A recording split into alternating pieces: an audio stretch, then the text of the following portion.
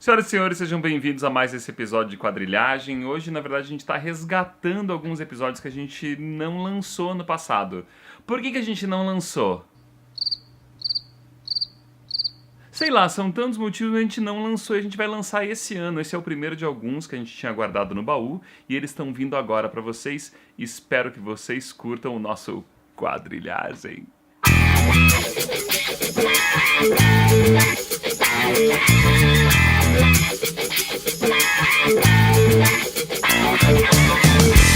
Senhoras e senhores, está começando mais um Quadrilhagem. Sim, um episódio que sempre começa de maneira histérica para tentar esconder que o fato que os podcasters não têm absoluta certeza do que eles vão falar na sequência. É bom, né? Porque a gente fica ganhando tempo pra pensar. Mas sabe como eu tô feliz? Andrei, tô feliz. O que eu fiz? Faz 6 meses que eu mudei. Ontem eu consegui arrumar de uma maneira mais ou menos satisfatória a minha coleção de gibi no quarto. Gente, uma salva de palmas. Uma salva de palmas pra Lua Carneiro nesse momento mágico. Muito obrigado, vocês são lindos. Muito obrigado. Quanto que você tem de gibi atualmente? Não sei, alguns milhares, né? Me faz essa pergunta e eu não sei responder. Tá. Só de Homem-Aranha da Abril, acho que durou assim 200 e tantas edições, a Teia do Aranha mais quase isso, os da Panini, acho que chega a ter uns 150. Ok, não interessa quantos, porque não vai dar, gente. Só de Homem-Aranha que eu capaz de dar 1000 gibis.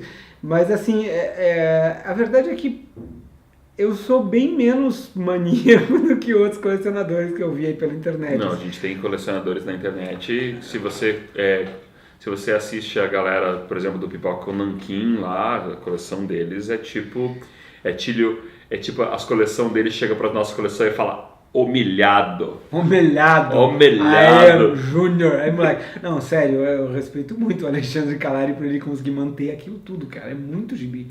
Essa prateleira é a prateleira da Abril. Tudo que a Abril lançou de quadrinhos Marvel DC tá aqui. E mais alguma outra coisinha também. Tudo. Eu tenho tudo que a Abril lançou. E eu respeito por outras coisas também, mas eu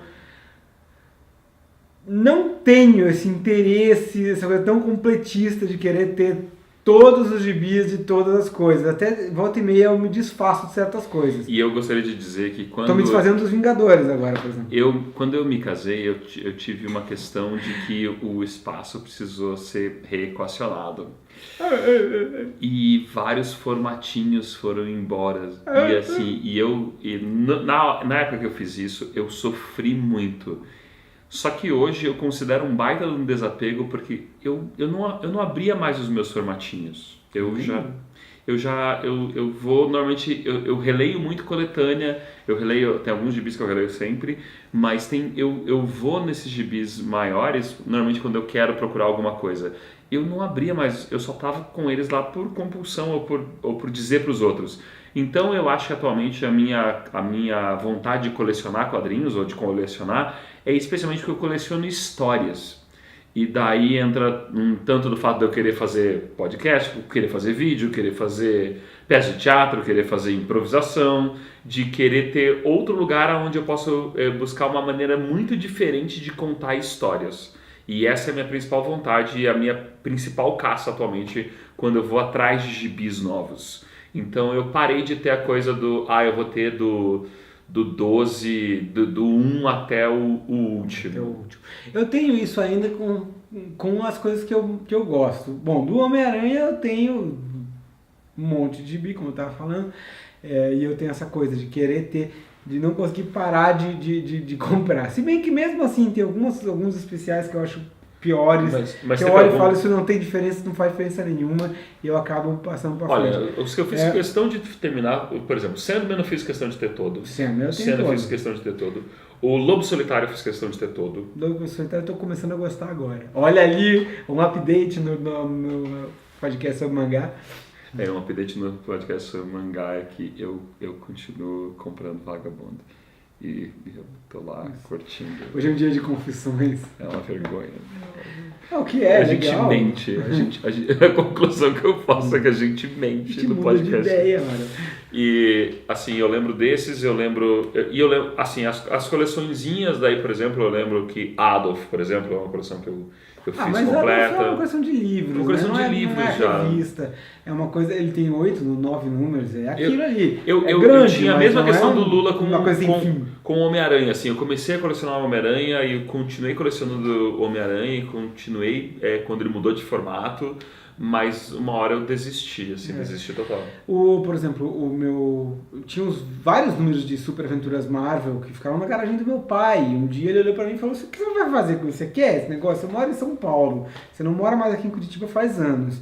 Essas coisas estão ocupando espaço e eu preciso da garagem para juntar as minhas tralhas, né? E aí eu olhei, acho que peguei algumas coisas e a maior parte eu doei para a biblioteca do Solar do Barão, porque realmente para mim não tinha mais sentido guardar aquelas coisas. Alguns eu doei para minha irmã também. E nessa questão de pessoas como nós que abandonaram suas coleções pelo meio do caminho com tristeza nos olhos, é óbvio que a gente fica muito feliz de saber que atualmente vários selos estão lançando suas coleções em arquivo digital para que a gente possa ter acesso, ou mesmo as bibliotecas, né? A Gibiteca em Curitiba, aqui em São Paulo a gente está em São Paulo no momento, em São Paulo tem o Enfio lá. A Gibiteca em Fio, muito bacana, vale muito a pena. Que é um lugar para você procurar essas coisas, porque afinal de contas é sempre paradisíaco aquele lugar para mim. Paradisíaco, né? Eu fico olhando para as prateleiras e não sei por onde começar. E essa, assim, e a gente, na verdade, está fazendo esse episódio porque a gente gostaria de saber qual é a sua relação com coleções. Porque a gente conversou com uma galera do nosso convivência, do nosso site. De amizade. Então, a gente conversou com as pessoas e daí muitas delas falaram sobre a questão de você colecionar porque era uma relação com um lado quase infantil com os quadrinhos, né? Mas a pergunta que a gente gostaria de fazer para você é: você coleciona ainda? E quais são os seus critérios para colecionar? E como você faz? Quais são as suas idiosincrasias? Porque isso que me interessa, porque eu tenho muitas. Então, o que leva você a querer colecionar? Então, por favor, conta pra gente, afinal de contas, por que você coleciona gibis? Ou se você quiser contar pra gente das suas outras coleções, a gente gostaria de dizer que isso é um canal de gibi, de vez em quando criança lê. Então, não conta de todas as coleções. Dependendo do que você coleciona, vai devagar. Tá bom? Mas você sabe que, pra mim, eu encaro minha coleção muito como uma biblioteca mesmo. Meus pais tinham biblioteca em casa e eu adorava ficar olhando para aquelas lombadas de livro. Assim, eu ficava pensando o que está escrito aí dentro, como é que é isso. Tinha algumas que me desesperavam, que nem a do 100 Anos de Solidão, que tinha um cara com a mão aberta, um desenho que do Canibé, inclusive, e tinha uns pedaços dele ali, eu ficava com medo. Depois li, a maior parte das pessoas se apaixonou por aquele livro, eu também. E aí Então, para mim, o mais importante é ter as histórias. Eu não tenho, por exemplo, esse afã de comprar edições novas maravilhosas.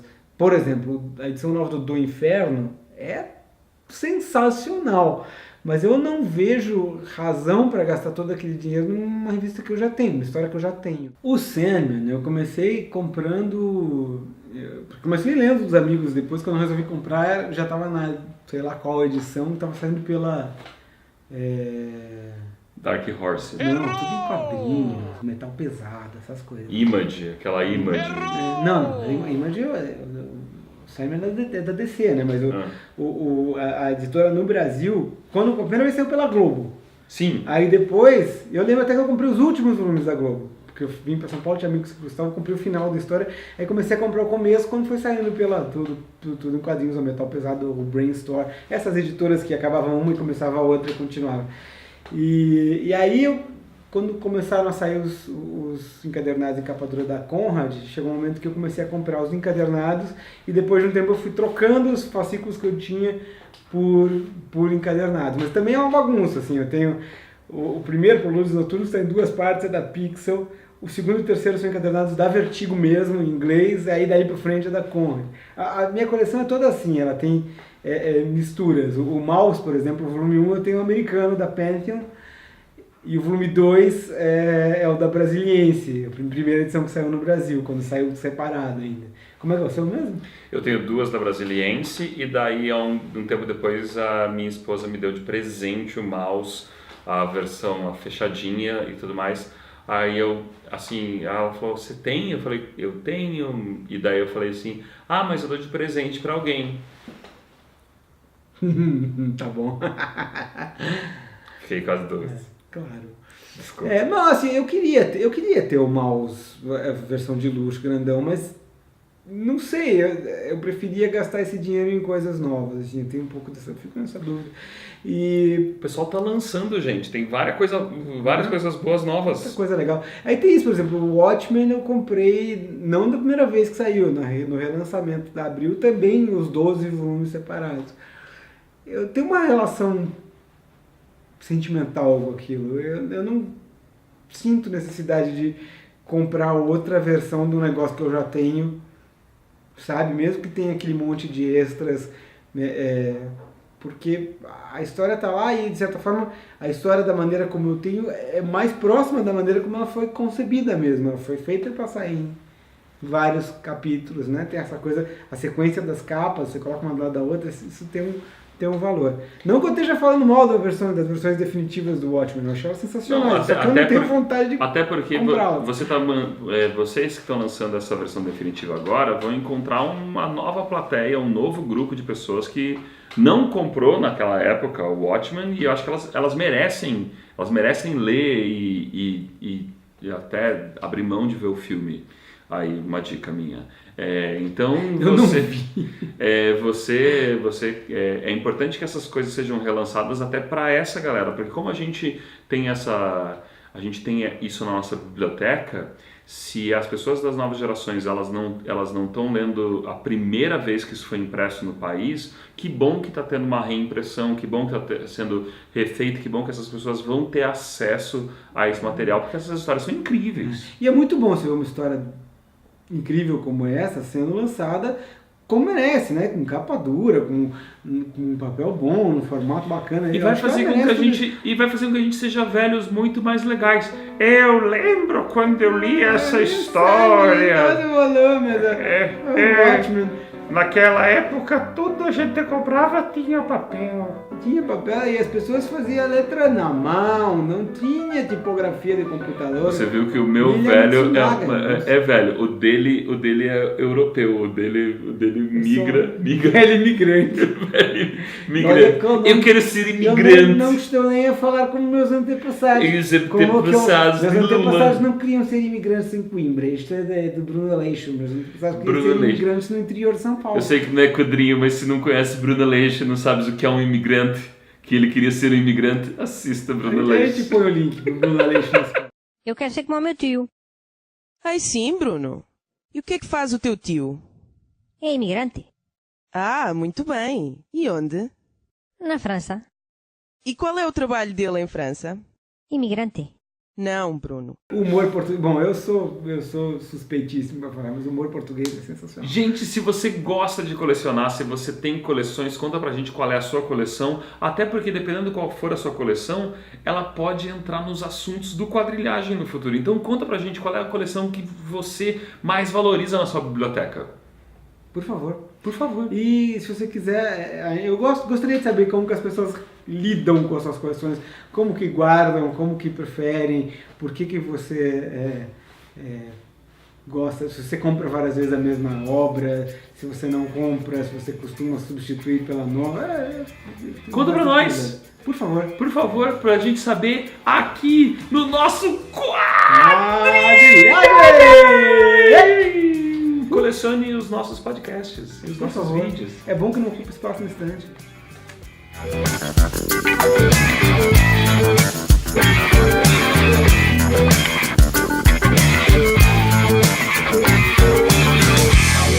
E tem aquela coisa, eu não consigo compreender quem guarda gibi dentro de plástico. Que é a maioria das pessoas, eu acredito. Não sei se é a maioria das pessoas. É gente louca que acha que vai ganhar gibi que nem americano. Vai ganhar dinheiro. As pessoas vão fazer o quê? Vão lá para os Estados Unidos com esse negócio na mala para ver. Ninguém vai querer comprar teu gibi da Abril nos Estados Unidos.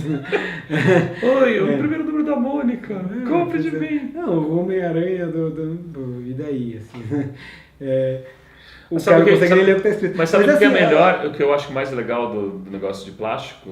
Você não pega doença quando enfia no cu. Você sabe o que? Não, mas é aquela coisa, aquilo foi feito pra ser lido. E você Exatamente. bota no plástico, você não consegue. Eu tenho algumas coisas que eu guardo no plástico, tipo meus Homens-Aranha americanos da década de 70, porque eu tenho medo que aquilo se desfaça. Se bem que os meus da Ebal, mais velhos ainda, estão fora. Eu não guardo nada no plástico. Eu gosto de pegar e abrir e ler, e o plástico corta essa relação, assim, eu tenho dificuldade de... Sabe cama de criança que tem o plástico lá e daí você vai sentar e faz aquele barulho assim nojento e daí você fica assim... E daí você não vai mijar naquela cama, mas de repente você fala assim, agora eu vou mijar, viu? Agora que tá... Ele ama o plástico, como você pode ver. Eu acho que tem a ver também com o fato de eu encarar a minha coleção como uma biblioteca mesmo. Na biblioteca dos meus pais não tinha nada em plástico, né, porra? Você tá gostando dessa grossura? Né?